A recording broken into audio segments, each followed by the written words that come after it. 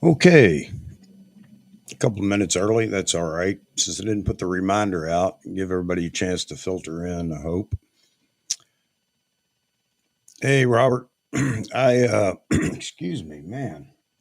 I forgot to put the reminder out. I thought I did, but whatever. I've got so many things going on right now with trying to get this house again, trying to get it prepared, get it on the market. I've got, just so everybody knows, or those that are filtering in now, I may have to take a phone call during the stream. I wouldn't typically do that, but I've got a lot of furniture being moved from North Carolina. Well, it's in storage right now, but it's coming from storage from North Carolina, and I'm having it moved to a storage facility down in Tennessee. And I have a friend that's going to meet that for me. And well, anyway, as soon as I get a call from him, I'll just mute this for a minute and let everybody chat in the chat room. Sorry about that. I apologize, but this is one of those things I have to get done. It's the next step in getting out of Connecticut and down to Tennessee. Yeah, it is it's been really busy, Robert. Hey, James. What's for lunch? That's a good question, man. I haven't had a chance to eat lunch lately. I've been tied up in phone calls and everything else, again, dealing with the house and storage and whatnot. But anybody get to see the live stream last night over on Vahography's channel? That was a great live stream. I really enjoyed his guest, John Ishii. Uh, Fantastic guy, really down to earth. I'd love to sit down and chat with him. He's a lot of fun. So hopefully everybody got a chance to get over there. I know it was kind of last minute for that last night as well, but I'm really glad that uh, Vahagan decided to do it and get his Tuesday night live streams established so everybody knows. Hey, Ray, good afternoon. So, this Wednesday afternoon thing, it was just a shot in the dark for me, kind of a decision to hopefully open it up for other people, not necessarily just here in the U.S. I know out on the West Coast, it's a little bit early for people, but 9 o'clock in the morning. But for those that are in Europe, I think it's a kinder and gentler time, maybe. So anybody in Europe has a better opportunity to get in here.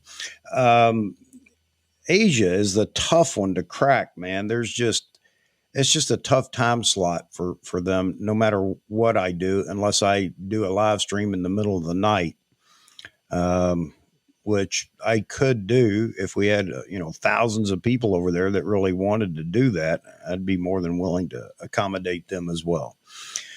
Let's see. In Nikon news, one of the things that we've heard is that there's going to be this next dump of Z9s, at least here in the U.S. Well, maybe internationally, I don't know, but March 5th is supposed to be the next dump of Z9. So let's hope that that's true and that all those that are waiting have an opportunity to grab one of those. I know that B&H, I've heard several people commenting and different forums. B&H is still working on the 28th of October's or the list, and they're only up to sometime in the evening on the 28th when the orders were processed. Excuse me. So that's probably not making people happy, but that is B&H. I mean, they are one of the largest stores here in the U.S. So you have to figure that if you weren't, hitting that refresh button for the pre-order, there's a good chance that you're going to have to wait a while. UK delivery of Z9 is slowed down. Yeah, I kind of think it's slowed down everywhere. I don't know what they're doing. Maybe they're just because even people that have received cameras here of late, it's just been a few. It hasn't been a flood of cameras. I don't know if they're holding stock for a big shipment or what they're doing. But again, here we go. Nikon doesn't give us a lot of information. We just have to sit out here in the dark and wait. The 400 2.8 TC, it's looking like it's going to be a fantastic lens. It's very popular. And of course, Nikon did put out a statement there, I guess, saying that they didn't they didn't expect it to be in such high demand. So that's who knows how the shipments are going to go for that lens. The 800 on the roadmap, a lot of speculation going on about what it is. I think everybody's settled and we're sure it's a Fresnel lens or PF lens. So, but the question is how much is it going to cost? And that number's it's been crazy. Everything up to $16,000 down to $3,900. And I don't even have a guess on what it's going to be. If you guys have heard anything or, you have a guess, drop it in the comments here. Looks like it's going to be a fantastic lens. And here we go again. The demand for that lens, I'm sure, is going to outweigh what their production rate is on it. So we'll get another opportunity to get that notification from Nikon. Hey, we didn't expect it. And, expect delays in deliveries. Um, uh, Grays of Westminster, I was listening to Becky and Con this morning and talking about the firmware update for the Z62, Z72. Hey, Jeffrey. Um, as I recall, and I don't have any documentation, I actually went back and tried to find something where Nikon had stated that there was a upcoming firmware update for those cameras in or coming up, here maybe early spring or something like that. Well, anyway, right now I can't find anything, and Becky and Com were talking about it, and they say that Nikon never did make the statement about the Z62 and Z72 firmware. I would expect that there will be a firmware update, and I would expect that it's not going to be too far down the road. But we'll have to wait and see. Not really happy about that right now. It would be nice if, excuse me. It would be nice if it happened sooner rather than later, because I think that's going to be a big indicator as to what the next body is going to be. Well, maybe not what it's going to be, but I think the big thing about this update for the Z62 and Z72 is, since it does have dual processors, the question is right now, how much does the processor play in the AF? It does have something to do with the AF. But I think it's more algorithm driven, and maybe Nikon has finally cracked the nut on that. And this could be, if we get this update, it could be a big deal.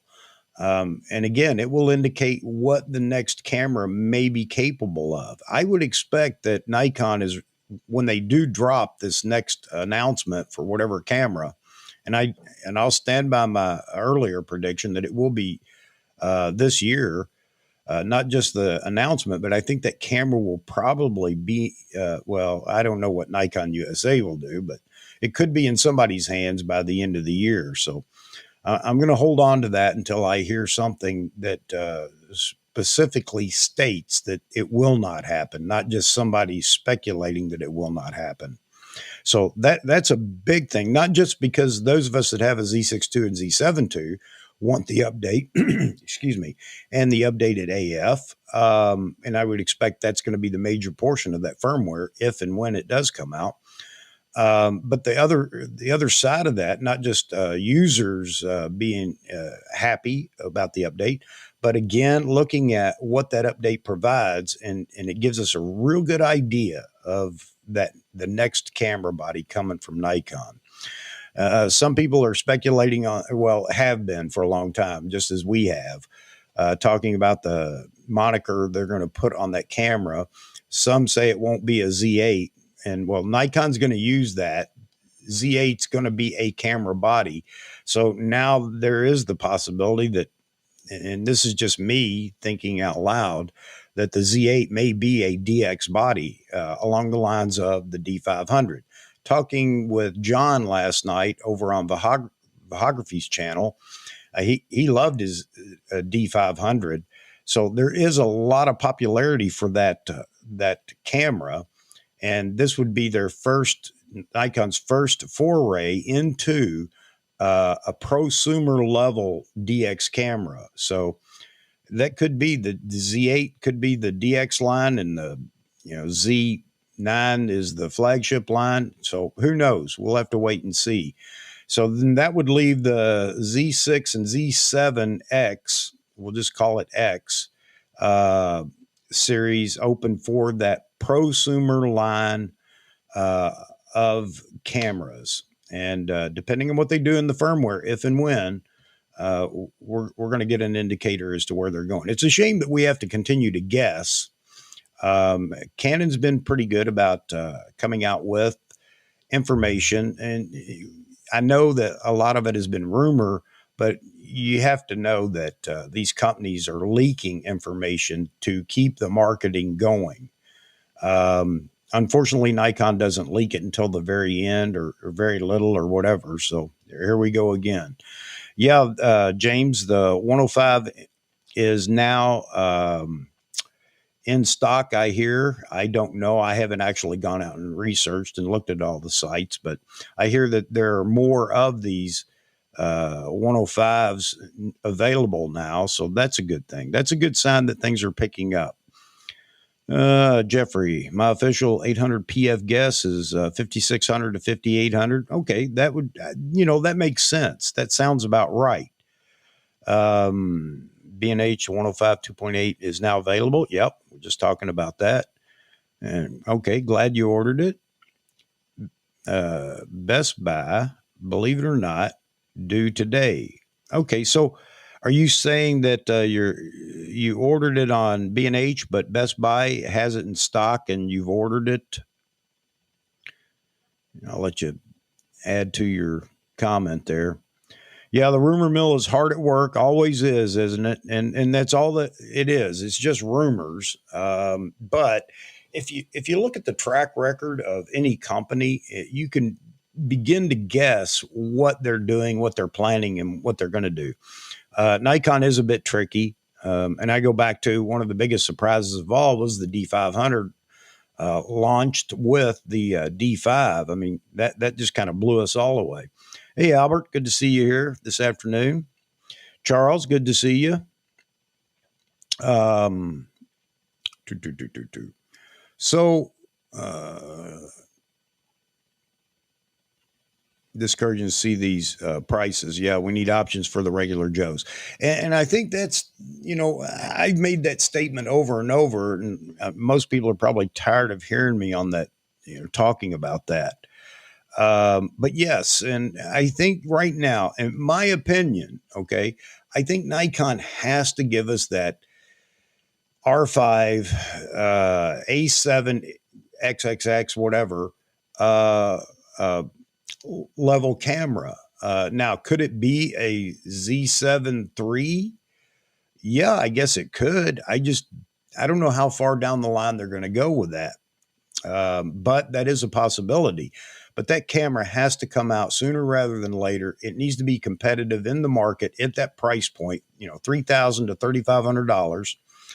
Yes, it would be nice if it's cheaper, but it has to hit that mark because that is a huge gap right now for Nikon. And as great as the Z9 is, and all the the praise for the Z9, not that it doesn't have a couple of bugs or whatever, but that's only going to carry on so long, and that's not going to convince people to begin to enter into the Z line of cameras with Nikon. They want to know that they can progress up that pipeline and have something that's competitive with the rivals, the R5 and the A7 series cameras. So I think that has to be their next step.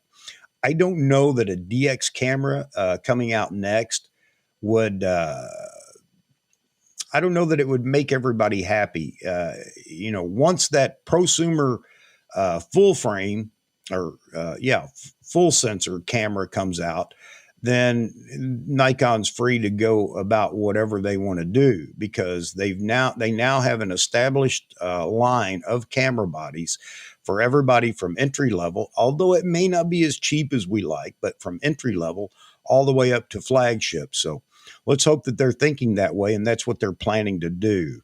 Let's see. Yeah, Mark Smith, I thought he did a great job too, but he seems to be on the fence, Robert, as to whether he's totally in love with it or and I'm not asking him to switch back to Nikon from Sony. I know he went to Sony when he wasn't happy with Nikon's mirrorless AF, but he seems to be very happy with the Z9. But I don't know if it's enough for him to say, "Yeah, I'm going to jump back into the Nikon camp." So we'll have to wait and see what he has to say as he goes down the road here. Talking about the Z9 with, oh, wait a minute. I lost my train of thought. Sorry about that. He's getting tired of waiting, went to Best Buy online. They had it in stock. So I got, oh, okay. Okay. So great, man. Glad to hear that, Jeffrey. So you've got the 105 coming. Good. The thing with Best Buy is I can only equate this to the Sony PlayStation 5 or whatever it was. I know because my stepson wanted one. And since I was sitting around the house at that time, he asked me if I would continue to chase it. And I did on Amazon, on Best Buy, and at Walmart, believe it or not. And it was funny, for 2 or 3 days, every couple of hours, one of the three of them would have 2 or 3 bodies they'd throw up there to sell. And, you had a million people trying to buy those 1 or 2 or 3 bodies that they had available. I think that's kind of what's happening with Best Buy. I don't think they're holding cameras back, but as they find them in their system, and I know that doesn't make sense, but whatever goes on with their system, they're just throwing it out there as available. And people that are sitting around waiting are actually snagging these, and they're getting cameras, within a couple of days of purchase. So,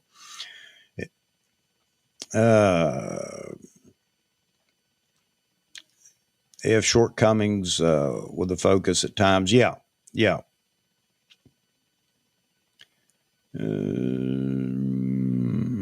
Just check Best Buy in stock. Okay, James, thanks. So I guess that's the 105 is in stock. So that's a good thing. At least people looking for that lens are able to get it. I haven't heard anything about the 1-400. I've seen some of the people posting photos. Quite a few people in the A9 page over on Facebook using the 1-400, but I haven't heard anybody talking about or any chatter about how the shipping or deliveries of that lens are going. I can only imagine it's still hard to get.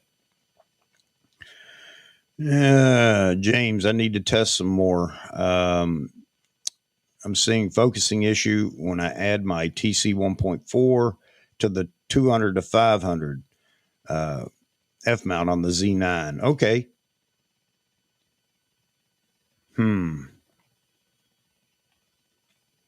Jeffrey ordered on 221 from Best Buy, and they had it in stock, but this morning was notified by B&H that it is now in stock with them. If you want to get it, quick. Okay. And when it becomes available over on B&H, you have to be Johnny on the spot, because whatever stock they get, it's going to go fast, because you've got 1 million plus people that are watching B&H constantly and want to buy from B&H. Battery supply problems. Yeah, I know that, David. I haven't ordered a spare battery yet, but I've been keeping my eyes open for the possibility of it becoming available. And I know that if I buckled down and ordered maybe from my camera store, I might have a better chance at getting it. But those are getting snatched up very quickly. Battery supply could be holding up the Z9. Yeah, it could, but I don't know. That's a good point. Maybe it is. I don't know. Spare from Sammy's before I got the Z9. Okay. All right, James. Yeah, the only reason I didn't order a spare battery immediately was I do have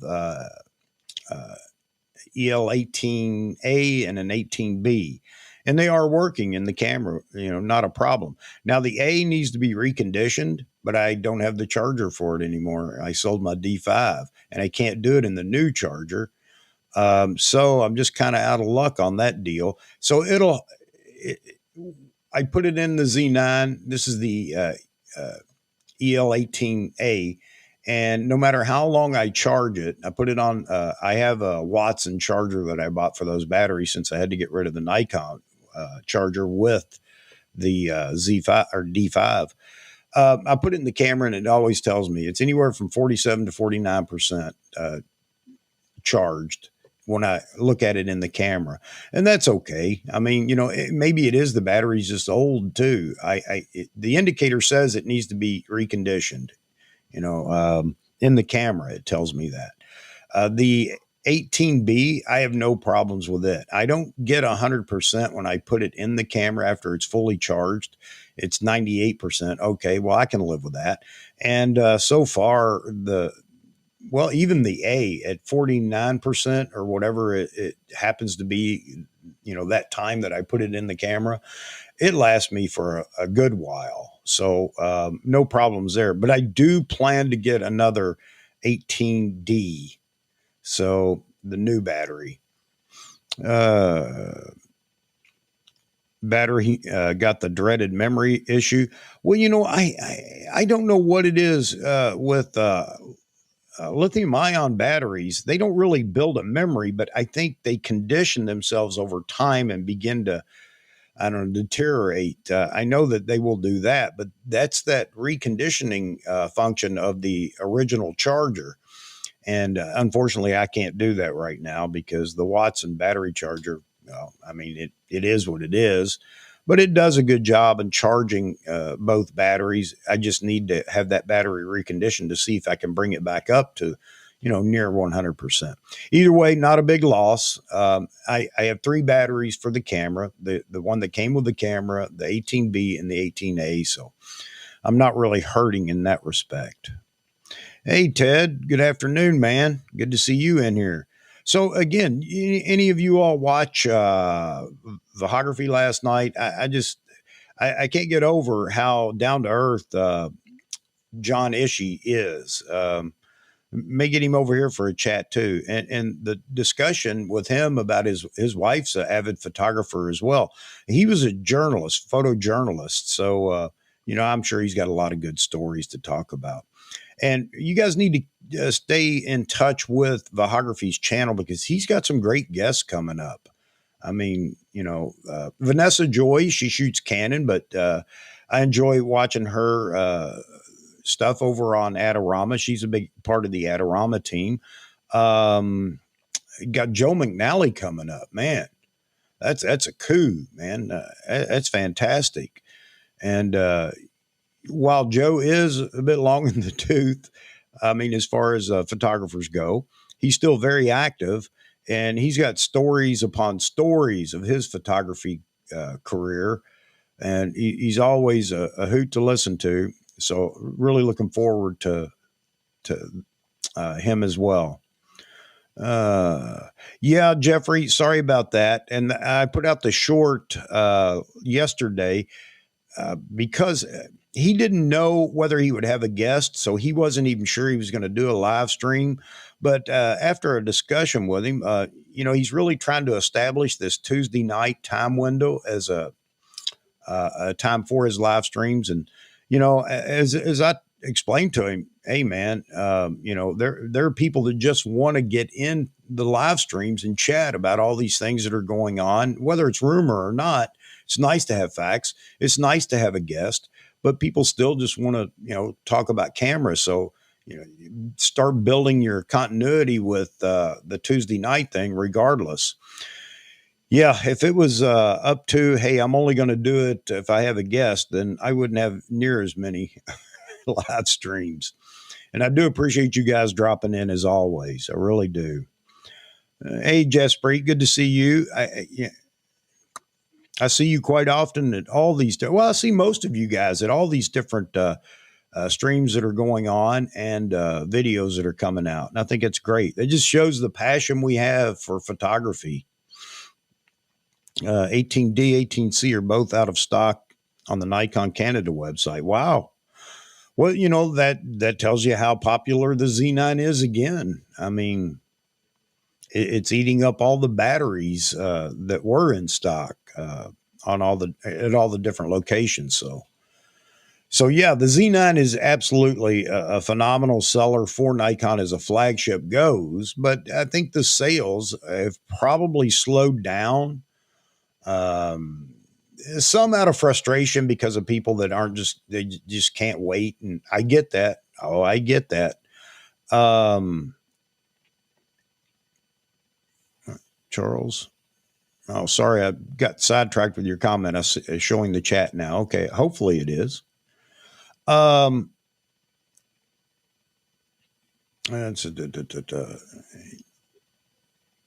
yeah. Okay. Okay.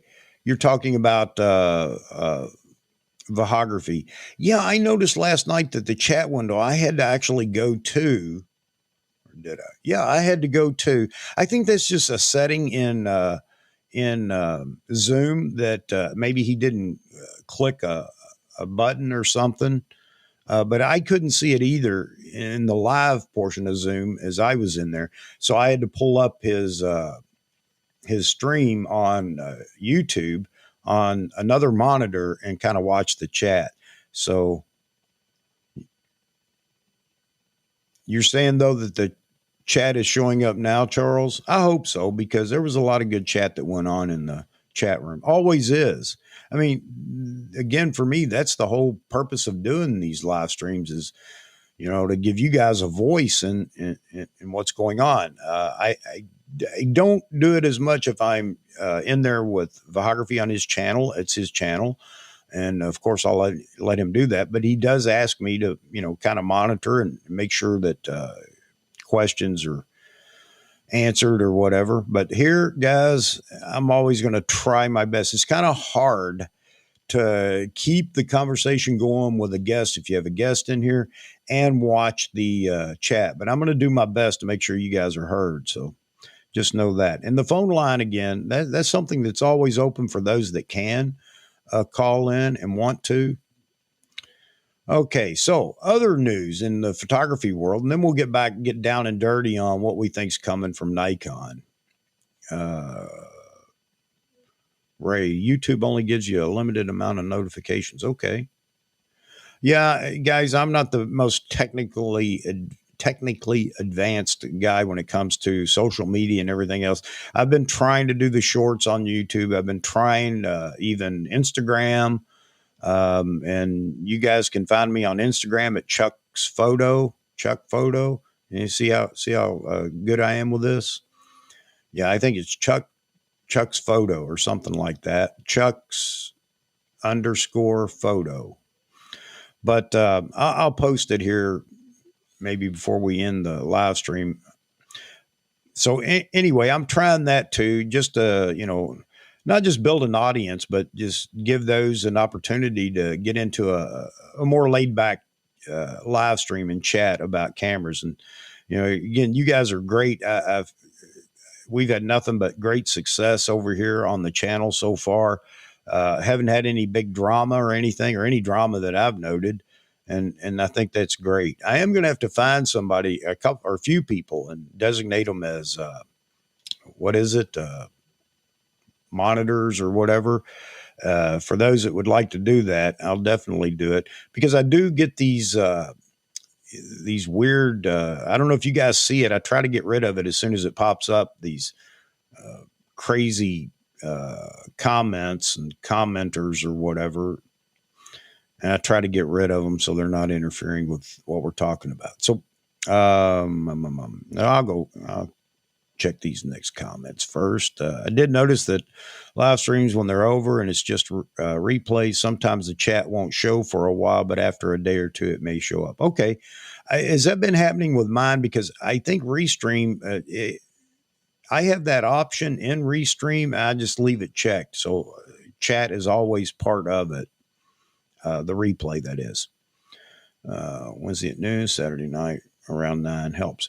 Yeah, thanks, Charles. And I'm just trying to stay consistent with that so everybody knows. And, if for whatever reason, and, everybody gets busy in life. And right now, Lord knows I'm hopping and popping, trying to keep up with all the stuff, the house and everything else. So I nominate Jeffrey and Woody as moderators. Well, I can go along with that.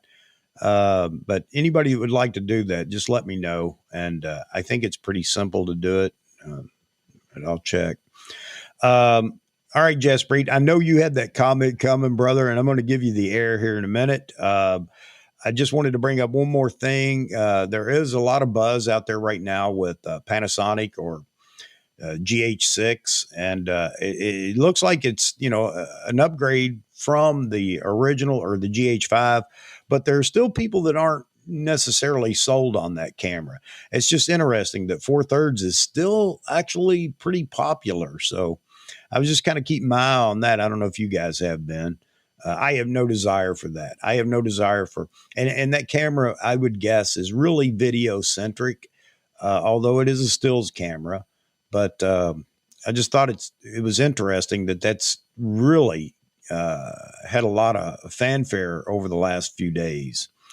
Simon over at Ordinary Filmmaker has just been stuck on that with everything that's going on. So if you're interested in 4/3, hop over to Simon's channel, Ordinary Filmmaker. He's got one video and stream after another about what's been going on with that. So, okay, Jaspreet, I know you wanted to talk about NRAW and everything else. So let's see. I'm going to throw you up here on the screen, brother.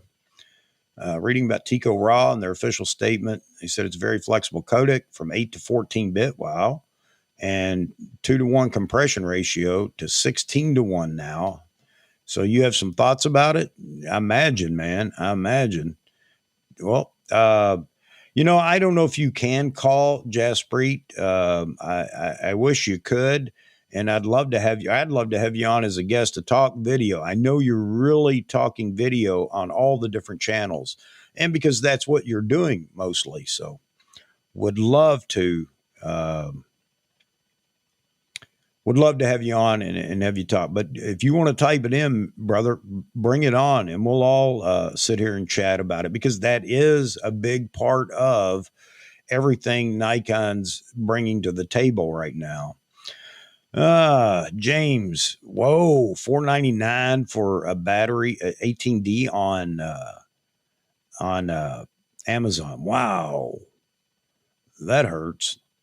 What is the price of it? I haven't even looked at the price. It's $259 or something along that line. All right, Charles. Jaspreet, I'm going to put you back up here on the screen, man. B-RAW similar to NRAW. Oh, that's going to be big if that's the case. And I know you could explain that a whole lot more so than I can. But I know everybody loves B-RAW.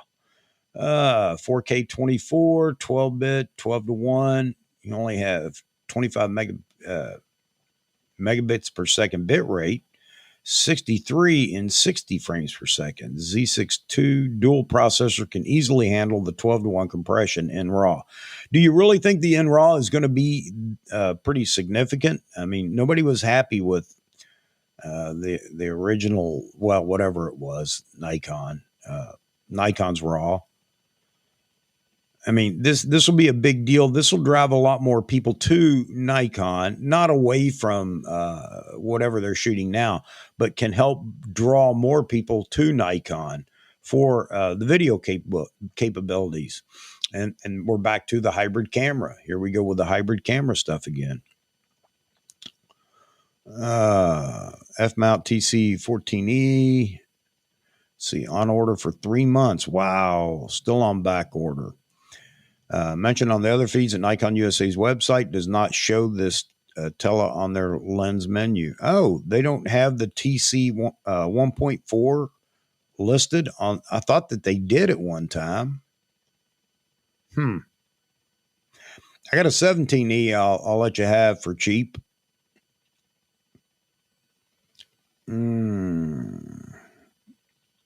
know on the F mount, nobody wants to stray further than the 1.4. I know the 2.0 was not good at all. Back to Jaspreet. Technically possible. So if Nikon's not going to release a Z6 III, Z7 III this year, Maybe they can put the 10-bit 12-to-1 compression in RAW in Z62. Yeah, yeah, that would be a good update until we get the replacement. I agree.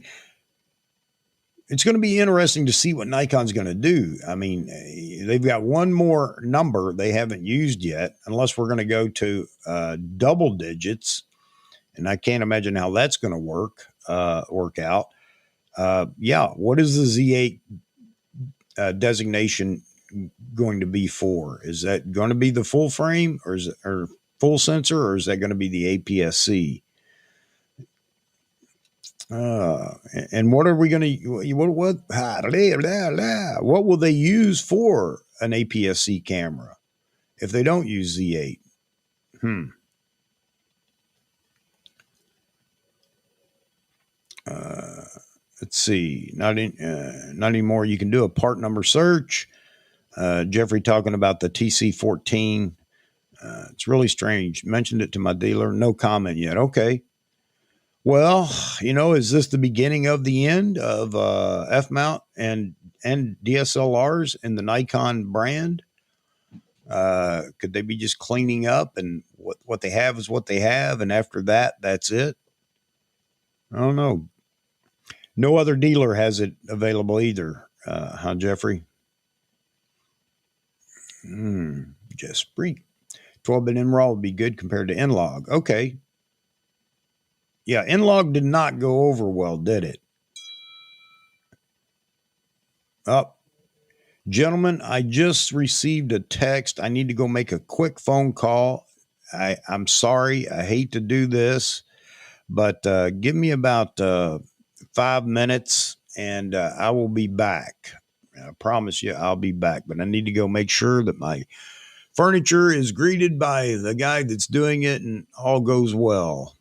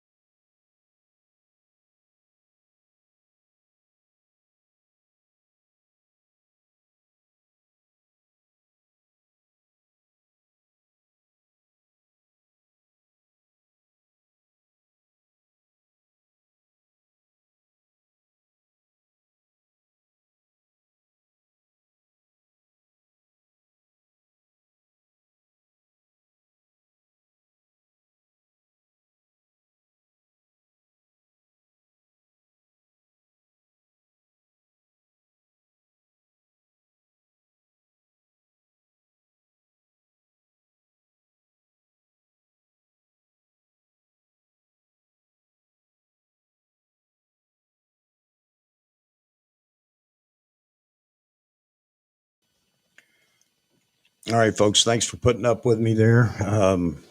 Probably gonna have another phone call now. You know how that goes, trying to coordinate something. But anyway, let me run back here. Chuck says Z9 is heavy, hurts his shoulder. I thought about dressing up. Well, I'm dressing down and just putting on a diaper and standing there holding the Z9 and crying about it. I hate to be that way because I know there are people that do have a reason that, the weight does bother them. I get that. But, 90% of the people are, I don't know. I don't know. I'm not going to go down that.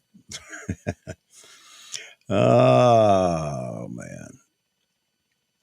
And Raw brings a good advantage over other manufacturers. DJI have dropped ProRes RAW due to patent issue. Then RAW means Nikon doesn't need anything else to get the max video quality. Okay.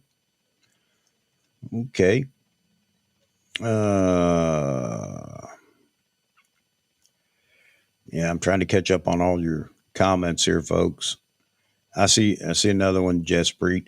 We need to do a night, and it may not be one of those things that everybody wants to consider, but we need to do a night one of the day streams and talk about video. Maybe we just need to wait until Nikon actually tells us what they're going to do as far as the video goes. We kind of have an idea who they're working with, so that helps us. All right. No one has it. Let's see, many want it for the 1.4, the F mount. Okay.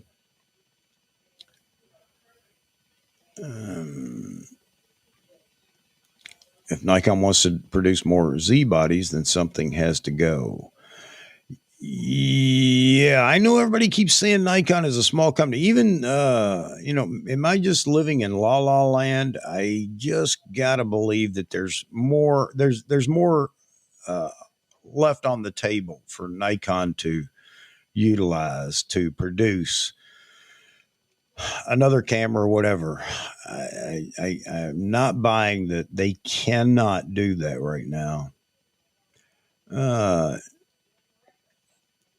Let's see, bring good advantage over other manufacturers. Yep, we talked about that.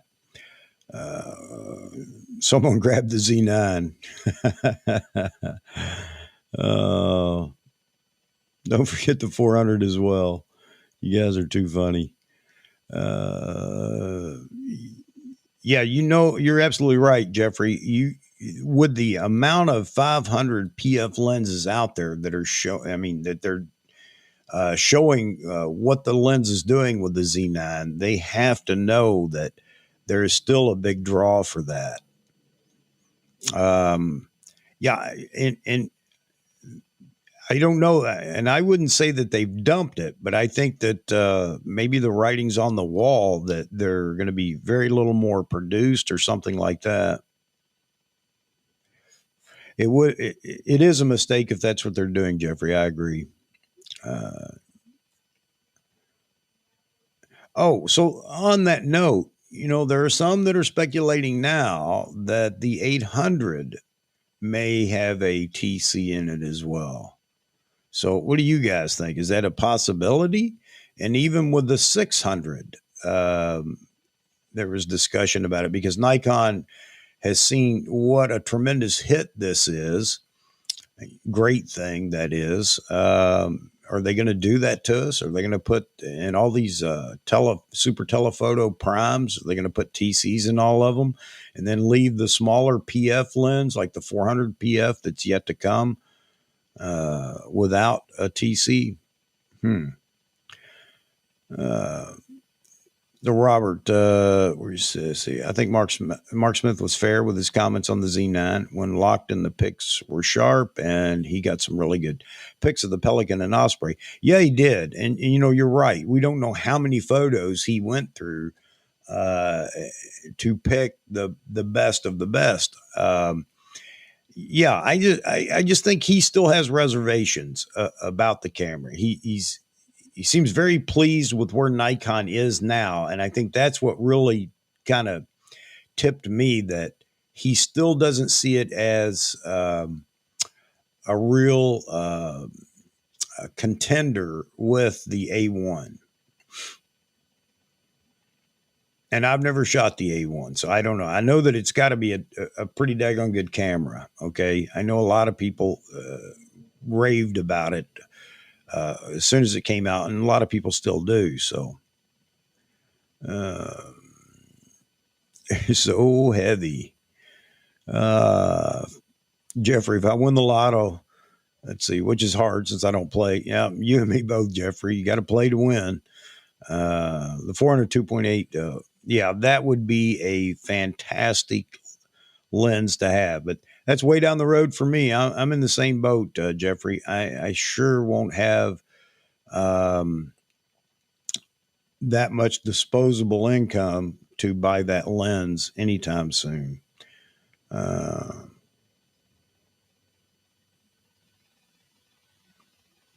what advantages in raw will brick? Okay, I think I did, didn't I? Maybe I didn't. Um,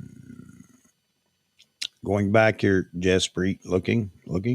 NRAW brings a good advantage over other manufacturers. Yeah, we talked about this, or I didn't talk about it. You're right.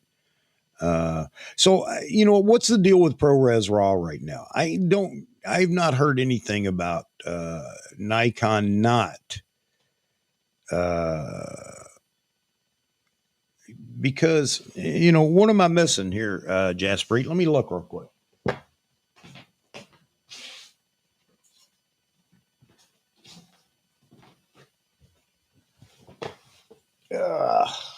So heavy.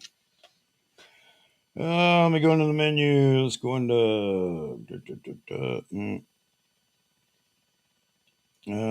Okay. Right now I can shoot in ProRes 422 HQ 10-bit movie format, of course. So, I know that. Grab the Z9, man. There you go. There you go. Oh, it's so heavy. Um, yeah, I mean, I can shoot in ProRes right now. So, um, let me get back down here. It just tears me up having to hold this heavy camera. Yeah, I agree. They should let us know when they're going to release in RAW. Da, da, da, da, da, da. Yeah, Mike, she did, and that's why I'm saying. And I heard it over in one of the forums too. Somebody talking about it. Is there some possibility that Nikon would consider T built into the all the super tele TCs built in? I don't know, man. That would put I don't know. The 400 2.8 seems to be a big hit right now, but we really don't know how many lenses are going to sell. We just know that it's hard to, the production rate isn't going to keep up with the initial surge. But after that dies down, how many sales will they have for, $14,000 lenses? And, if it was the 800, you're talking that $16,000 mark wouldn't be ridiculous, would it? 10-bit 12-to-1 compression in RAW, Z62, Z72 with a firmware update. Yep. And that's where you're right. That's where the processing power is going to begin to come into play. I think a whole lot of the other is going to be algorithm.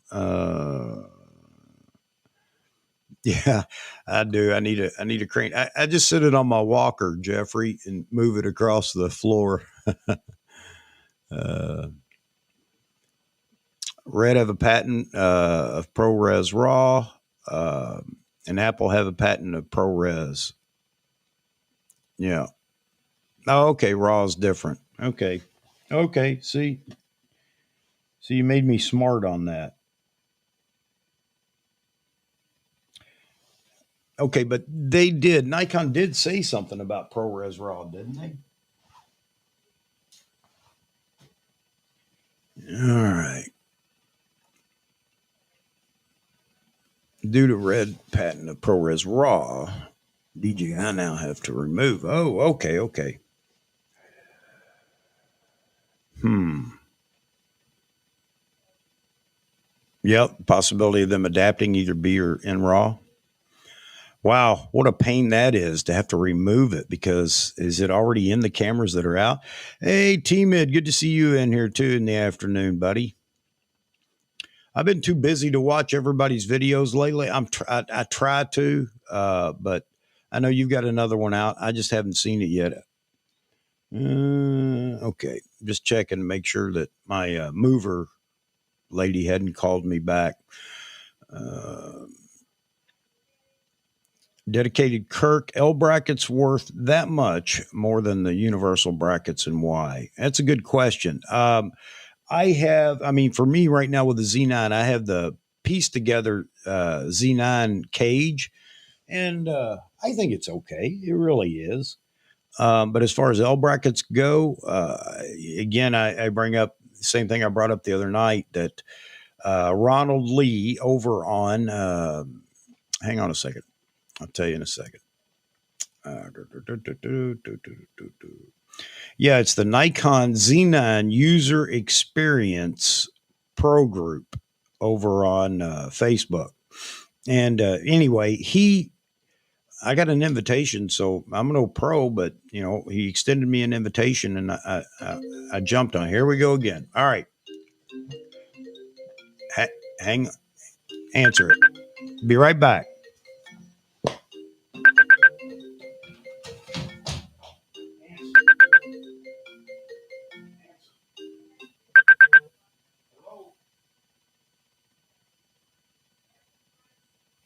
Okay, Ashley, I'm doing good now that I've got the money orders in place. I had to do two money orders. They would only do 1,000, and I get 1,000, and the other one's for the remaining.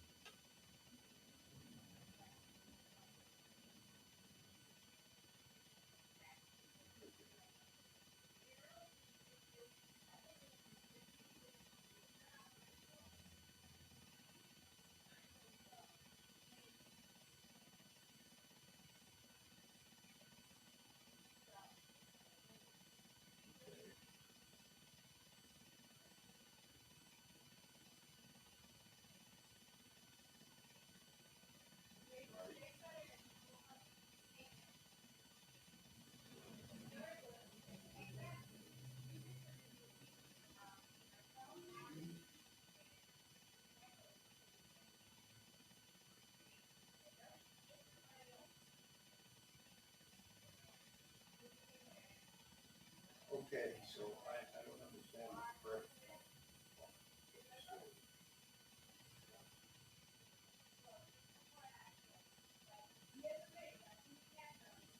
Okay, okay, well, yeah, I know there shouldn't be any credit card involved because the storage unit is already paid for.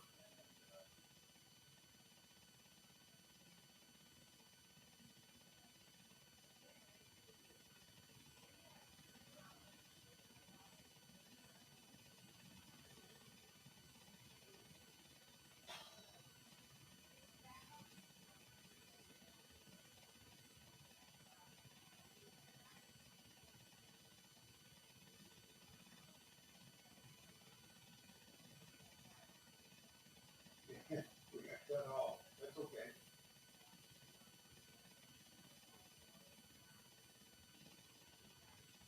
Okay. Can we do this, Ashley? And I don't know if you will, but can he call me? Because I have no idea what they're talking about. There should be no credit card involved in anything.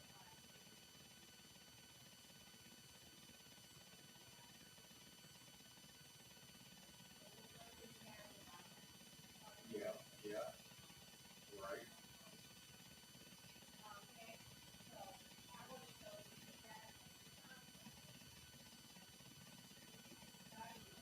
Well, I just talked to them yesterday,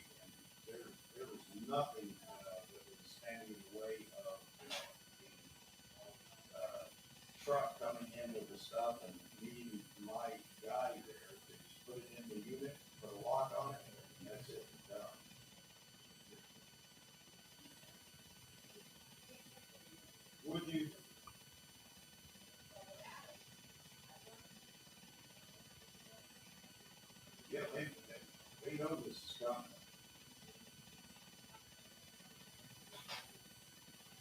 Okay. Oh, I understand. No, I understand. That's okay.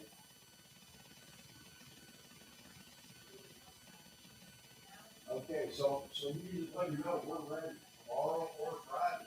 It's ready to go. All they have to do is show up. That's it.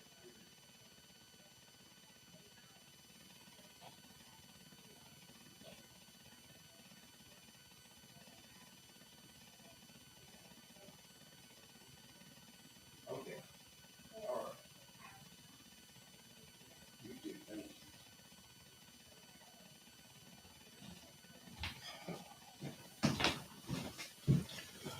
Oh me, oh me, oh me, oh me, oh me. Why is it nothing can ever go smooth? It's such a pain. Wow. Uh, so anyway, I won't complain about all that with you all. You don't want to hear it anyway. Uh, let's see. Plays.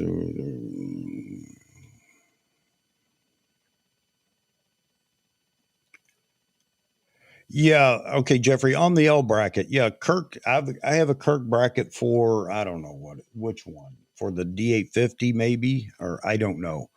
And yeah, they're fantastic. The small rig brackets are typically fine. It's actually quality stuff considering it's all coming out of China. But um, again, the cage that I have on the Z9, it's okay, it's fine.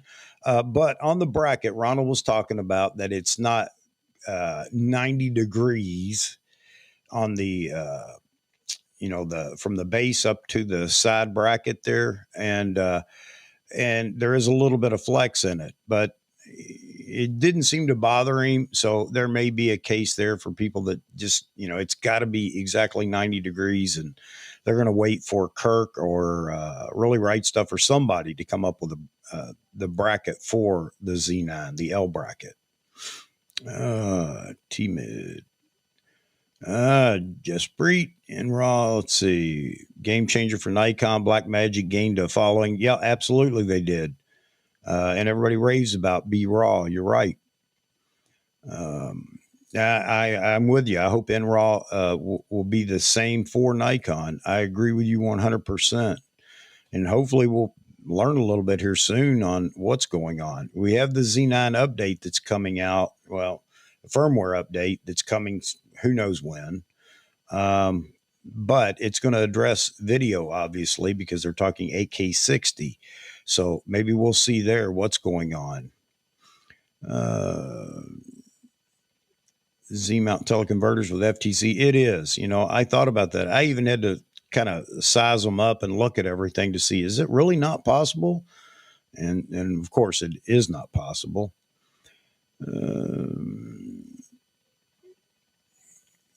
No birds to speak of. Yeah, I'm having a problem with birds here this year too. I'm not seeing near as many birds as I've seen in the past. I don't know what's going on.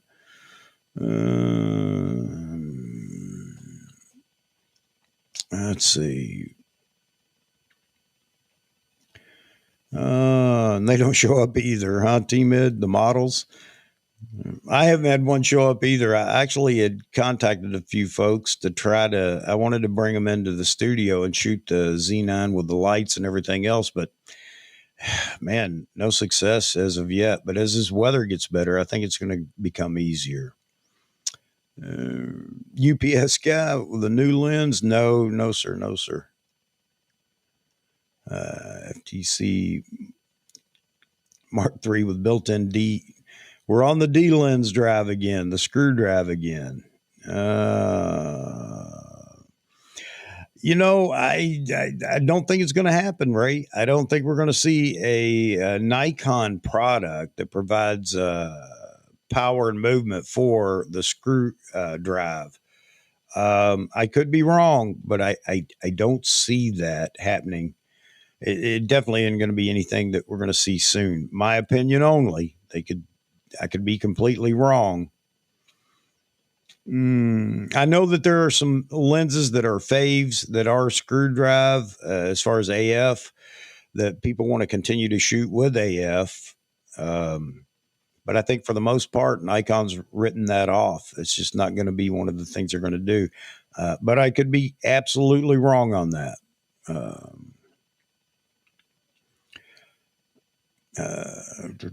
You know what? Charles, as far as bandwidth, I'm not sure here. I have just below the commercial plan, which costs a fortune. So I might have the up to a gig. I'm not sure. I don't experience any problems, and with all the live streaming and other things that I do. So, but I'm not sure.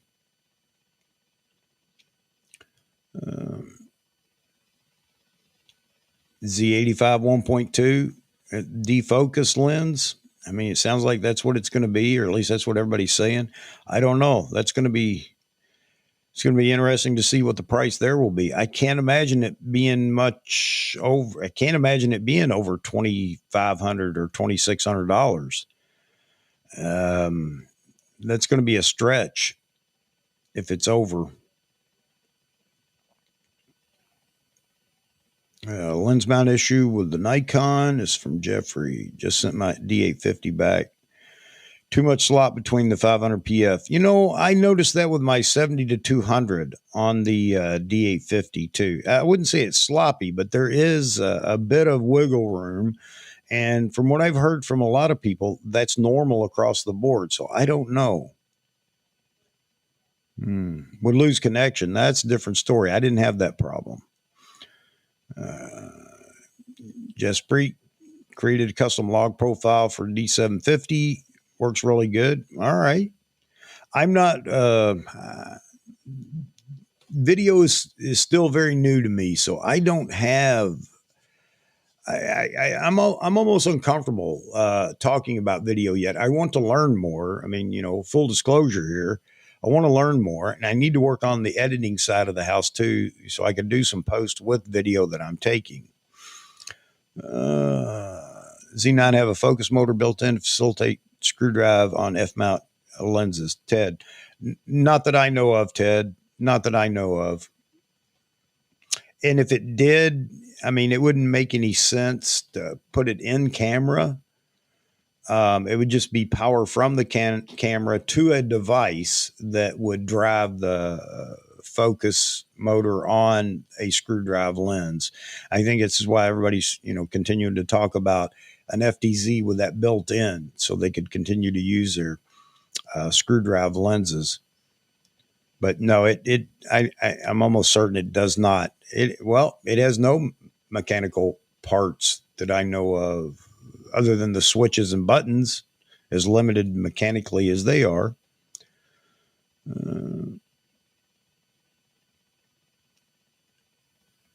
That happened with your D810, Martin.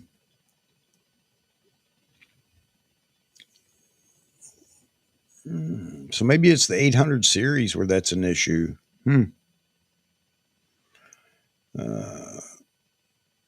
And Albert says Nikon's committing a huge blunder by developing the screwdriver adapter. Yeah, I just don't think it's the right time to. I mean, they don't have time to do it now. The development doesn't seem to be something that would be terribly hard. But sorry, keep checking here. My furniture's in limbo right now.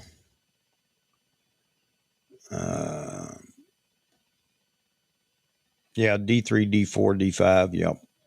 And any prosumer model, to include the DX, the D500.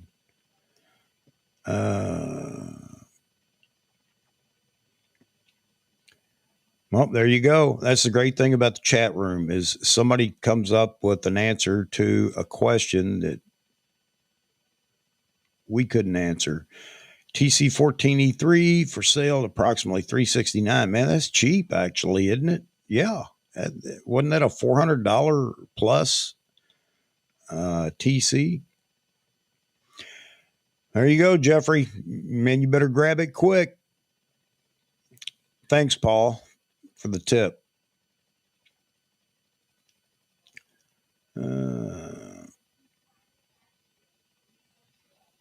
And now I got it back down here to the bottom. All right. All right. Well, you know what, Jaspreet, we can add your concerns about video into the next piece of this conversation, and that is what is Nikon going to bring next? And we kind of touched on it.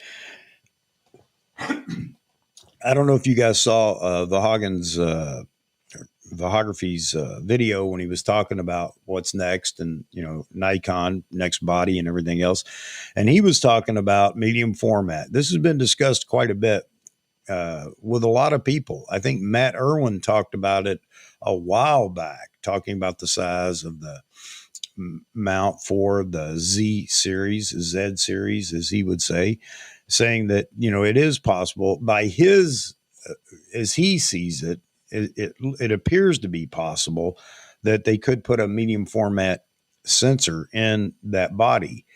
Would I like to see that? Yeah, I think it'd be cool. And right now, the only people that really have a market in an affordable medium format as it is Fuji.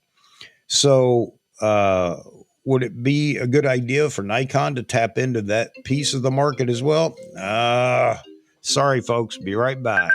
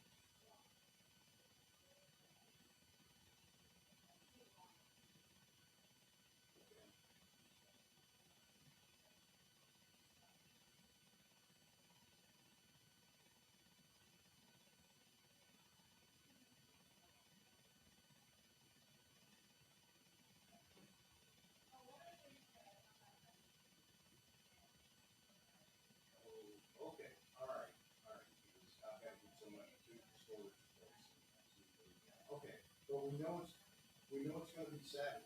Is that correct? Okay, all right, all right. Well, that's what it is. Okay, I appreciate the call back to let me know. All right, Ashley. As soon as if you hear anything about a time beforehand, just let me know. All right. Well, thank you very much. Okay, thanks. Bye.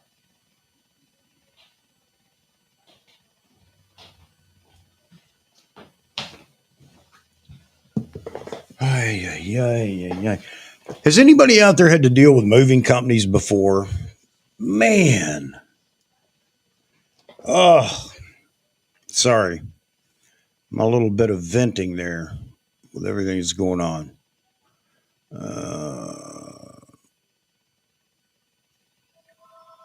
No, now the other phone's ringing. I don't care. Let's see. Well, let's see. Talking about or color grading or color correction, Jespre. Snapshot in Premiere Pro of each clip, then grade in Photoshop, then export custom LUTs to use. Okay, okay. Matt Irwin wants a medium format Nikon really bad. Yes, he does, Jeffrey. And they're going to have to make new lenses.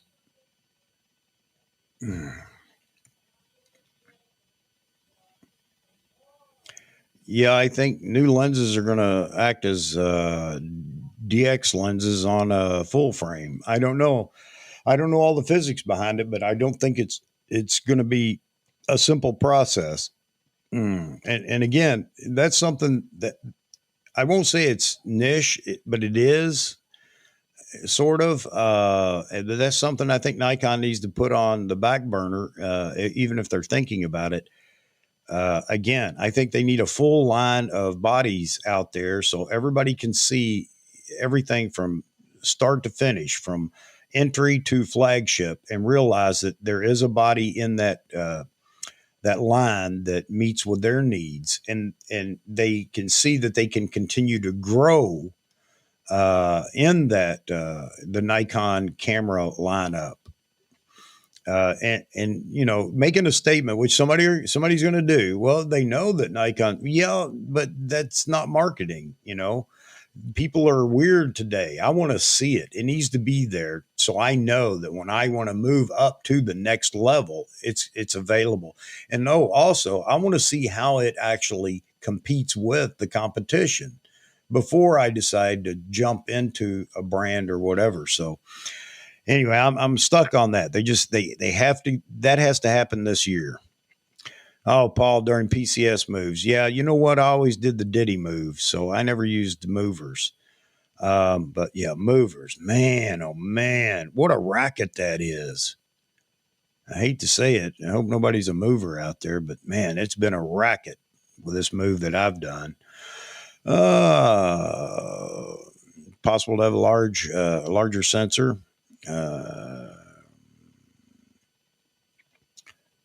Yep, new lenses. I agree, Jaspreet. I mean, based on my not knowledge, just guesswork, and that's. I'd like to see Nikon fill out their lens line, or be very close to it, and I think they're doing a good job. That has been put in high motion this year as far as lens production, or maybe not fulfilling all the orders, but getting the lenses on the roadmap out. I think that's been great. Uh, Jeffrey talking about everybody announcing all these different cameras. Let's see how they do as far as uh, getting them in the hands of the buyers. Um, you know what? I think they're going to do it though, Jeffrey. They're going to keep people in especially on the Canon side. They're going to keep people in the Canon line, but just with these announcements, and even if the cameras are going to be hard to get, it's going to keep people in the Canon camp, no doubt about it. And it keeps the other manufacturers on their toes as to what they're doing. Um,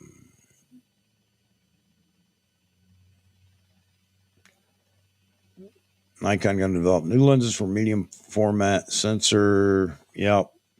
Yeah. Again, I think it's what we were just talking about, Jaspreet. Nikon's got to fill a few voids, gaps, and things like that before they get into other things that are going to.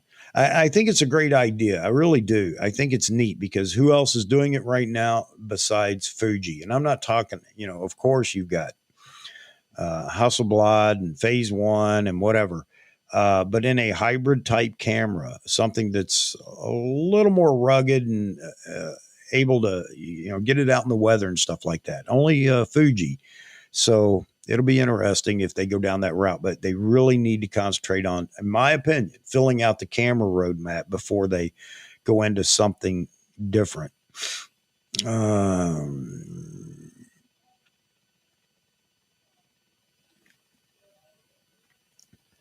Yeah, okay. Jeffrey, you saying the same thing. Policy, it will get much worse for supply chains if the war in the Ukraine erupts and grows wider. Then China takes Taiwan. Yeah, man, there's a lot of uncertainty out there. It's sure messing with the stock market, isn't it? And the other thing is unfortunately, and I don't want to get political, but I think for this, uh, the with this presidency, with this uh, White House, I think it will become an opportunity to make things worse for us. I don't know how to put it right now, and I really don't want to get political, but yeah, this is not going to bode well for us at all.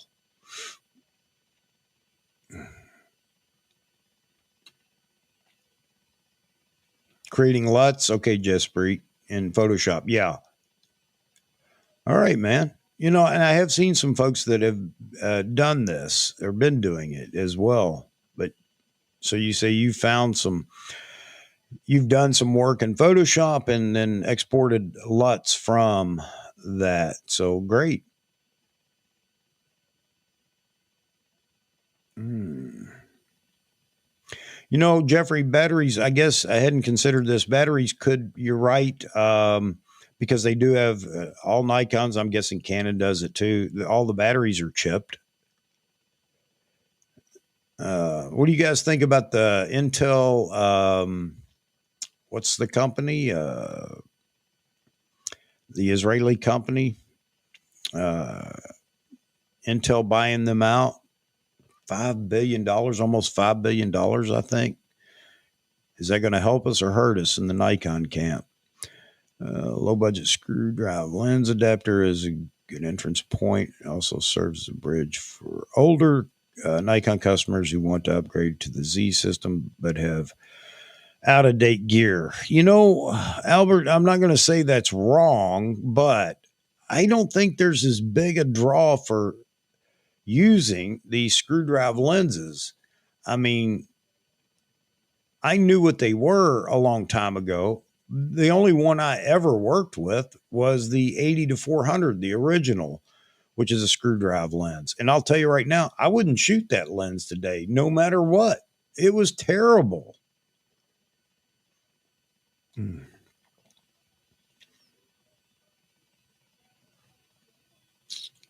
Z6 III, Z7 III, Z9 Tech. Yep. Even the D500 replacement, Z500 should also need to be video beast as there is the GH6. GH6 is its own baby, though. And you got to admit, Jespreet, that's more, people are buying that for video. I mean, yeah, there's going to be the odd man out that buys it for both.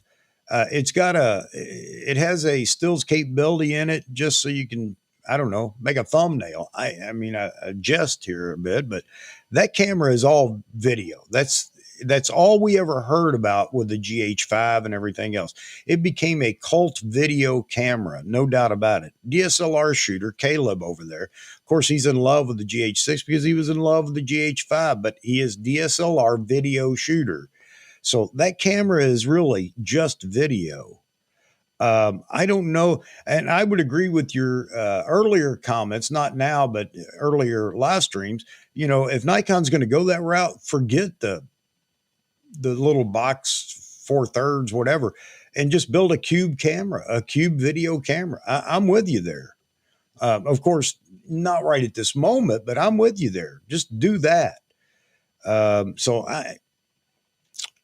I don't think the Z500 has to compete on the same level as the GH6. And I think with what Nikon has right now, it would compete only because Nikon has that tech it's coming out now in their bodies for video and others. So I just hate to see that camera get pegged as, you know, the video centric camera, because it's got to be very stills capable, has to be right now. I'd love to see Nikon though get more serious about video.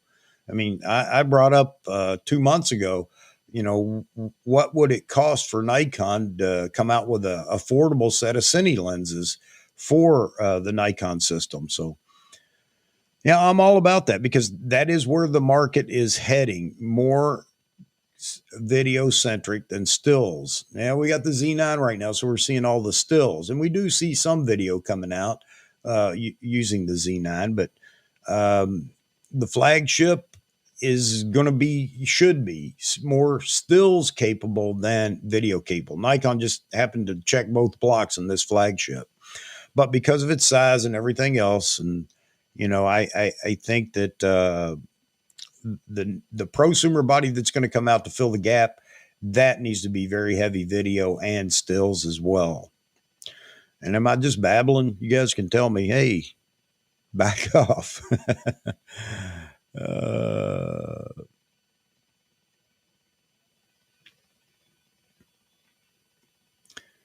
Let's see. Pretty strong views on the supply issues, current politics in general, but Save it for another place and time. You and me both, Charles. Man, and it doesn't take much to get me started on it, which is why I try to stay away from it, at least while we're over here on this channel. I agree. I'm not a happy camper with the current administration and everything. Let's see. Need a Z3000. Remember how, let's see, you suggest that series to first year. Yeah, Ike, Photo Me Ike was in one night and he actually called in. We talked about that for the entry level. Now, that's interesting. And while I agree, do we need that to bring in all the new shooters and everybody else, or to offer them something? And this is where I'm torn, because Nikon did say, when they were talking about the Z series cameras way back, they said that they were going to concentrate on higher end cameras and tech or whatever. And it seemed like they were talking about, we're not going to have the 15 options down in the $500 to $1,000 level camera body. It's almost as if they said, we're leaving the D3000 series, D5000 series, and going to concentrate on higher end cameras. So that was what Nikon said. Now, when we start talking about how do people enter into the Nikon brand, there has to be something down there. I mean, it doesn't need to be extensive, but there has to be something to bring them in. And just Nikon's color science, in my opinion, which extends all the way through all their cameras, I think a single camera or body down there at that level would be more than enough. Now, do we have that yet? There is talk of a Z30, but we got a Z50, we got a Z5, we've got the ZFC, which definitely sold well, and I guess it continues to sell well. But do we need two or three cameras down there that are only a couple of $100 a piece in price? I don't know. A vlogging camera. Yeah. Unfortunately, we got to check that block. You're absolutely right. And you know what? Cameras down at that level, that's fine. Put a flippy screen on it and, let her go, let her ride. But yeah, I'm just not a fan of the flippy screen, but if Nikon puts it in the flagship model next, so be it. That's what we get. I'm not going to like it, but,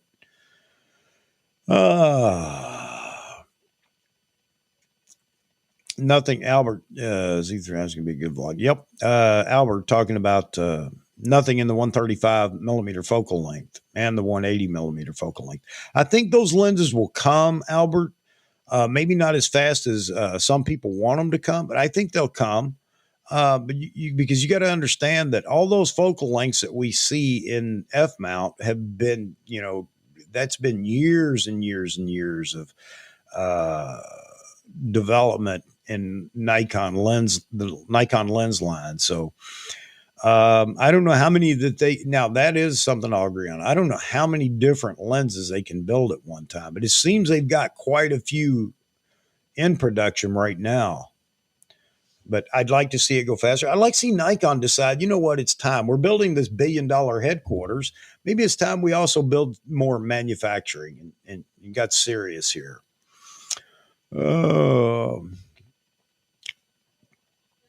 Yeah, where is it? I agree. It's just been talk. You're right. On the Z30. Problem is DX, ZFC, Z50, of which Z50 is $859. If this is too high, I don't know how to dumb it down to sell it cheaper. Yeah, I agree. And you know what? We need to get, the only people that are complaining about prices. Now, this sounds crazy. I know it's going to sound crazy, but the only people complaining about prices are people that already have cameras and everything else. Those that are entering, the guy I had on, a few nights ago, he's shooting film, 16 millimeter film. You know how much money he's invested in that project and his passion? Way more than any, new photographer would have to invest to get into digital photography. So I guess what I'm saying is that, you can only extend your hand so far. Is that going to hurt Nikon if they do and say, we have DX, we have entry level full frame, this is the cost and that's that? Is that going to hurt Nikon? No, I think I'm going to step out on a limb and say no. Yeah, everybody's going to want the cheapest they can get, but this is where we have to now depend on the quality of the brand. And it has to be a mature brand. Nikon is not mature right now, and that sounds crazy. How long have they been in business? We're talking Z mount or mirrorless. It is not mature yet, and it probably has another year to go before it's a mature line of mirrorless cameras and lenses. And in that time, I think you'll see some of these other lenses that people want, and I may want as well when they're developed. But right now, we finally got the Trinity in place. There are all these, just must-have lenses that have to be in place. Everybody was complaining about super telephoto, super tele, and look where we're at right now. We finally got, we got the 400 TC already out. Yeah, it's going to take a while to get it in your hands. Got it. 800 is definitely. I mean, it's trying to break out of its shell right now. And Nikon just has to let go and announce it. I mean, it's been announced already pretty much, but and then we got a 400 PF coming. We got the 1-400. So those lenses are beginning to fill the gaps that were present. And that was all the complaints about, well, you're going to bring out a flagship camera. No wonder nobody wants to leave their D6 because they don't have glass, blah, blah, blah. One thing nobody ever said when they were making those statements was, hey, you know what? They got to pay for that new glass. So no matter how fast it is, they got to pay for that. You think that's what's holding them back? For mirrorless is just the fact that one or two lenses are missing? No.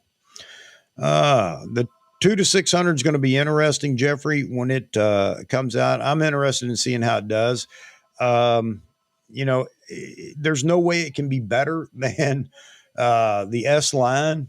And it would be crazy for Nikon to do that because, who doesn't want a 600 millimeter lens on the long end? But I assume it's going to be good.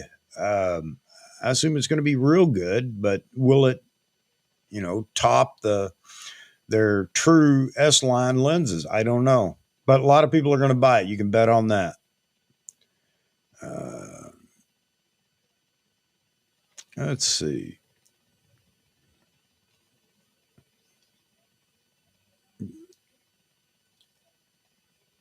Close the manufacturing plant in Japan as part of their cost-cutting measures to get profitable again. If the plant still exists, returned it to the Japanese government. Is that what you're saying, Paul? I don't expect, I don't expect it to be in Japan.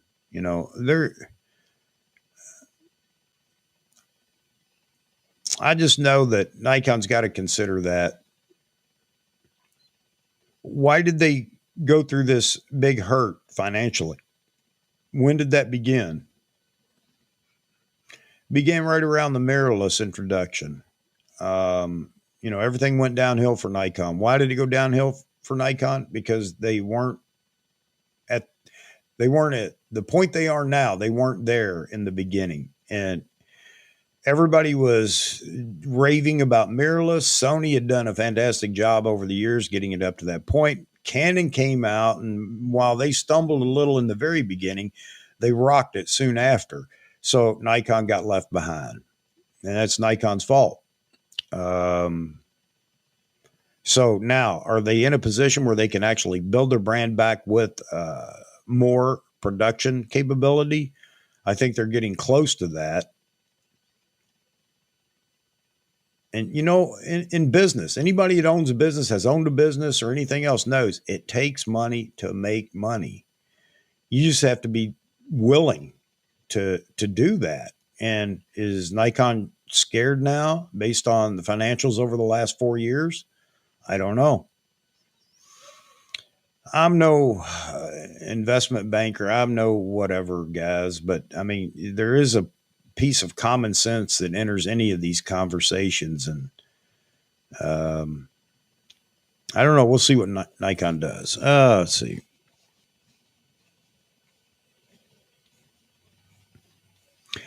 Yeah, they are still using overseas manufacturing, of course. Well, they're manufacturing overseas. I don't have a problem with that. I know a lot of people do. If it didn't come from Japan, it's junk. That's just absurd. And you know what? Go find a brand that's strictly Japan and invest in that. There you go. There's always something out there for everybody. Uh, 32 years. Okay, Albert. I hear you. I hear you, man. I hear you. Uh, yeah, everything looks great for Nikon right now. Z9 brought back a lot of confidence with people, I think. But how long is it going to last? Nikon has to show that they're willing to continue this trend. Uh, yeah, Jeffrey, you're right. You're right. I don't know how long it'll take. I mean, it's easy for us to say it'll take, they could do it overnight or it'll take 3 years or whatever. Um, but you know what? They need to do it, in my opinion. I mean, if they want to continue on this ride, they need to figure this out. Uh, I think, you say this is a good point too. Three shifts working 7 days a week if they can. Well, I think that's an issue across the globe. Nobody wants to work anymore, and it's hard to find able bodies uh, to work. So, and it's I don't know how people are making it without working. It amazes me. But I know that that's a big drawback overseas as well. Yeah, Charles, I think that they are. Uh,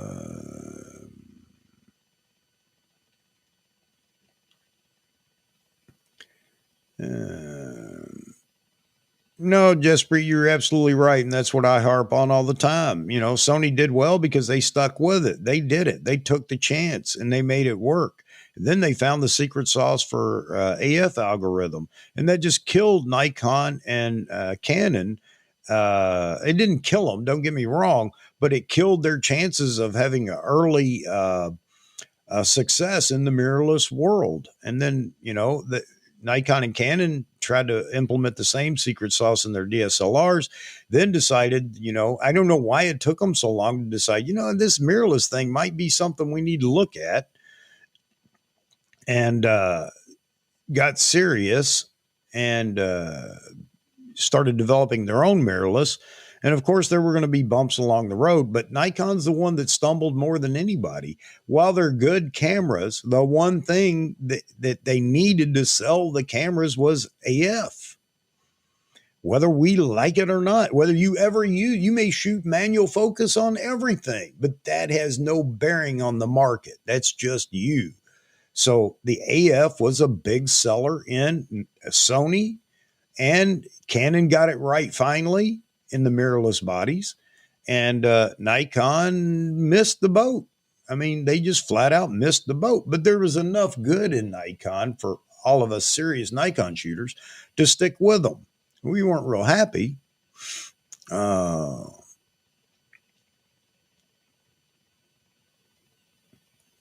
uh,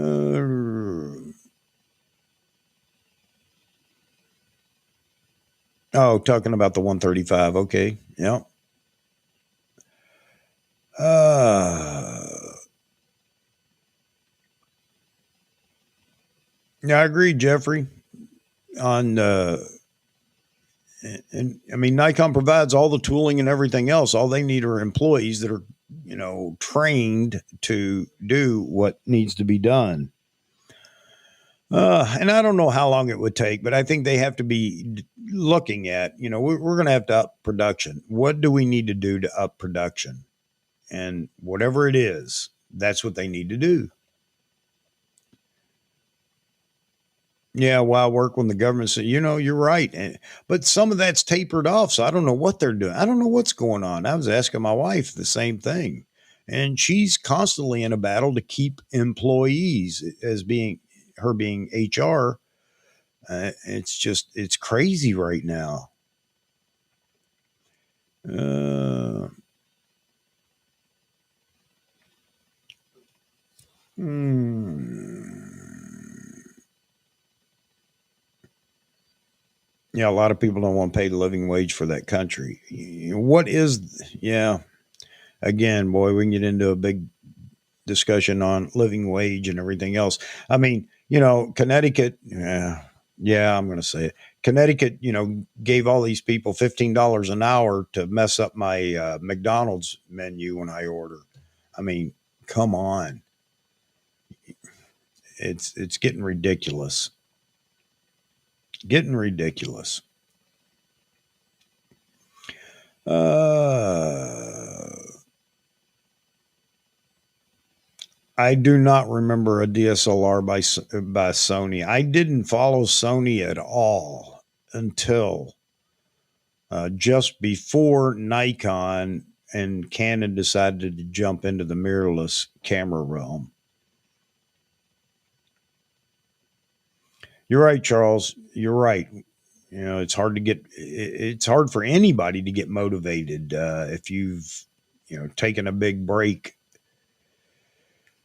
Uh,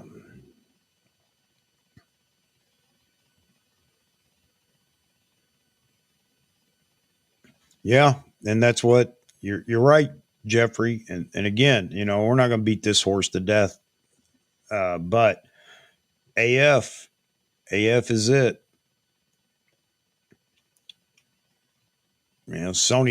Everything clicked for Sony. The development of mirrorless, and then the development of a very good autofocus system. And no wonder Canon and Nikon both lost people to that. Just we talked about him earlier. Talked to Mark Smith. He was okay with the DSLRs, but when he found the secret sauce in the Sony bodies, the A9 and A1, he realized, hey, there's a lot more out there that's better than what I'm shooting with. Non Nikon topic. Go ahead, Charles.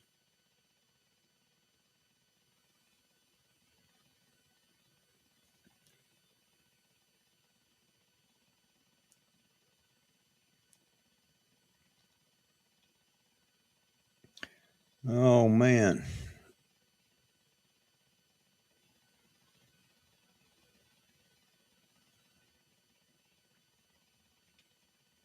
Are you talking about the Z9, whether it's full raw or what do they call it? What do we call it, Jeffrey? The two forms of raw. So many people are saying that. Let's see. Mm,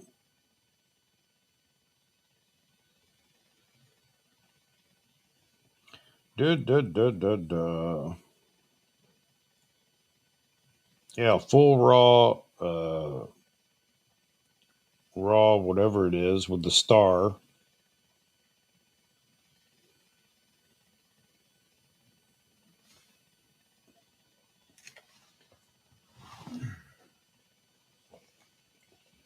Lossless compressed.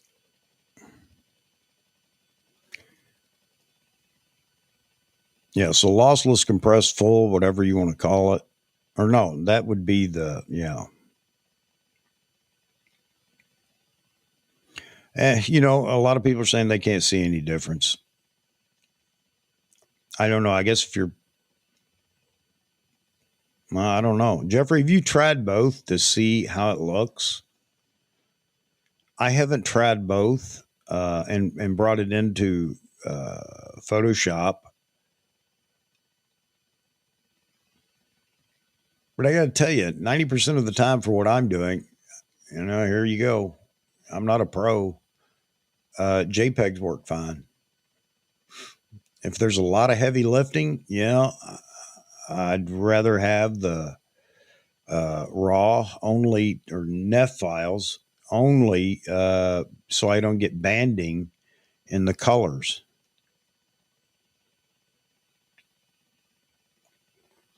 High efficiency. That's it. High efficiency, raw, high efficiency, star.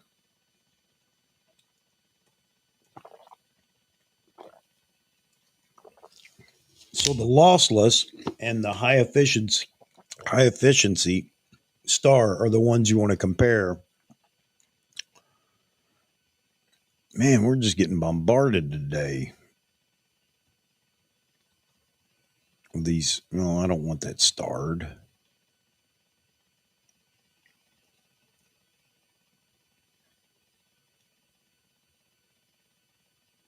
Yes. Yeah, Charles.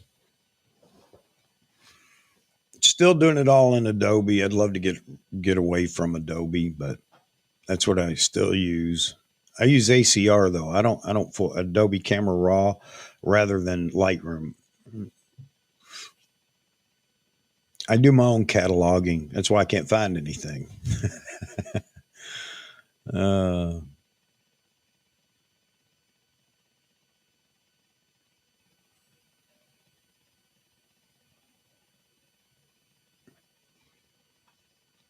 yeah, you're right, Jaspreet. I will have another Nikon, maybe the other body, the smaller frame size prosumer D800 ish type camera, because I eventually I'm going to let go of all my remaining DSLRs. Actually, all. What do I have now? I have two D850 and D500, and eventually they're going to go. I loved them. They served their purpose. Nothing wrong with them other than I'm gonna phase myself out of DSLR and F mount over into mirrorless. I don't know how long it's going to take. Yeah, high efficiency star. That's the compressed file format, reduces the file size 30% or more. Supposedly no quality reduction versus lossless compressed raw files. And it looks fine to me. The high efficiency star looks fine to me. Now, I haven't shot in the lossless, and I haven't done that yet, and then compared them in Photoshop.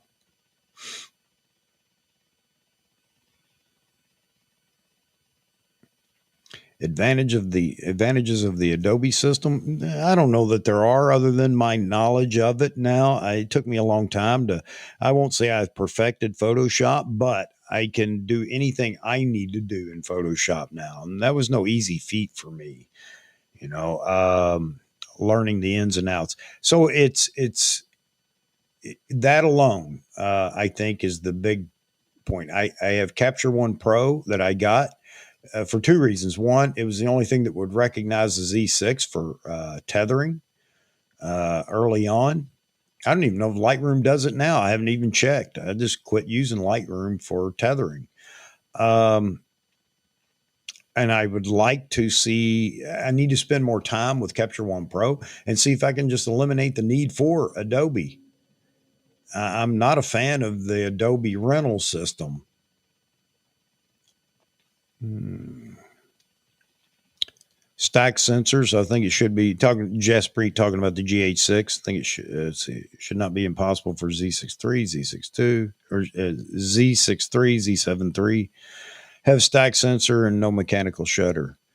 Yeah, who knows, Jaspreet, and if that's the naming convention we're going to use, but uh, Ray, you shoot only JPEG. I shoot both, and yeah, it's crazy because most of the time I'm just going to use the JPEGs, but I have both and I save both just in case. Oh man, I just got a notification. Seems like we're in for another winter storm or something coming up. I mean, come on, it's 50 something degrees today, and tomorrow have like 30 or 35. Ugh. Okay, folks. I think I'm going. Hey, what's up, Briar? Good to see you, man. been out working that Z9, earning money. Yeah, I was just going to say, I'm going to hang it up here in just a second, only because I'm still fighting the stupid furniture or the household goods, whatever we're calling it, all my furniture and stuff, making it to the daggone storage place. Now I don't know. I was on the phone all day yesterday sorting this out, and it's all messed up again today. I don't know how people can mess this stuff up so easily, but anyway, rather than taking time away from the stream and you guys, I'm going to have to get back at it and get on the phone and ask some more questions. I'm giving them time now to find answers. I left them with a list of questions, and now they're trying to find the answers. So that's what I'll be doing when we end the stream here. No problem, James. Every Wednesday, unless I can't possibly make it. I actually thought I might be on an airplane today during this time, flying down there to meet this stuff myself, and then flying right back. But luckily, I didn't have to do that. I found a proxy, a good friend of mine that could do it for me. So, but I have to feed him all the information. I get to deal with the crazy people on getting it delivered. Go through what we got here real quick. Jeffrey, I've shot both formats. Can't tell the difference for me, but I'm looking at corners at 400%. I use high efficiency star as my default. I get 30 megabit files. I was telling somebody that the other day, and they couldn't believe it. They said, "No, it's got to be bigger." No, it isn't. At least in that format. So yeah, I'm happy with it, Jeffrey. You know, when Mercedes-Benz shows up at the door saying, "Hey, can you take some photos of our new car we're getting ready to present?" I probably use the full RAW. I'm going to get me a shirt made saying, I shoot JPEG. Send one to Fro.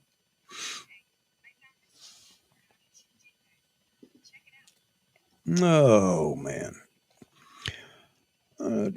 Jeff, good to see you in here. And your lovely wife, Leslie, or both of you, or maybe it's just you, Leslie. I don't know, but good to see you guys in here. Anything else here? Appreciate it, Jeff. Jeffrey, let's see. Yep, JPEGs, Briar. Yep. I mean, you know what? If that's all you need, why go through the headache and everything of shooting? I mean, editing raw. Why, JPEGs most of the time, for what I'm using them for now, mind you, it's a quick run through ACR, just a couple of tweaks here and there, and that's it. I'm done. Yep. Tom Mason is another one, Jesprit.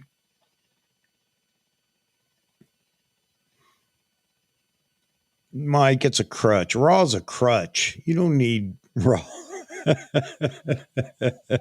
I'm just kidding, man. That's what I ought to do. I shoot JPEG. Raw's a crutch. There you go. Oh. Support your bad photography habits. Yeah, I know how that goes. And my beautiful bride's upstairs hard at work in her office. Okay, well, I'll be hard at work here soon to sort out more delivery stuff. I'm just waiting for them to spring on me yet. Well, we need more money. No. They will milk you dry.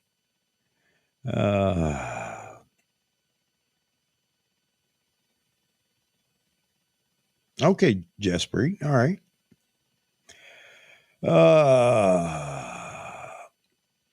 I was just messing with you, Mike. I was just messing with you. All right, folks. Hey, sorry to run, but yeah, now I got to go do the stuff I don't like to do. I hate dealing with people, especially people that are, I'm not intelligent. I'm not the smartest guy in the world, but some of these people you deal with, you got to wonder, how do they make it through life?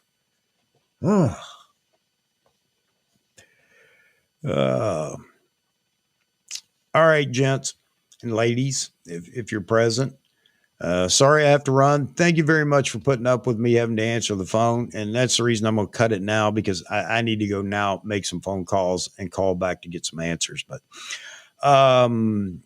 whether I put a reminder up or not, know that there will be a Saturday night live stream, unless I'm flying to Tennessee to unravel the mess that seems to be going on. But I'll be on Saturday night. I don't know if anybody's joining me yet, but we will see. And I'll try to get the reminder out here, maybe tomorrow. If things settle down with my furniture, I'll have a chance to sit down and put the reminder out. But thank you all for dropping in. Sorry about the reminder for this Wednesday or today. Still glad to see everybody here. But no, Wednesday and Saturday, those are the days. Wednesday at noon, Saturday at 9 Eastern. Unless something horrific stops me from doing it. But thanks for all the answers to questions that, I don't have all the answers, but you guys do a great job of answering questions within the chat. And yeah, I don't know what else to say other than I appreciate all you all. I don't know why you'd want to hear me, but I do appreciate it, and I am having fun, and that's the whole reason for doing it. So, with that said, have a great rest of the day. I hope everyone in here, or night, or whatever it may be, wherever you are, and I'll see you Saturday night. All right. God bless everybody. Have a great day. Hopefully, a good weekend as well.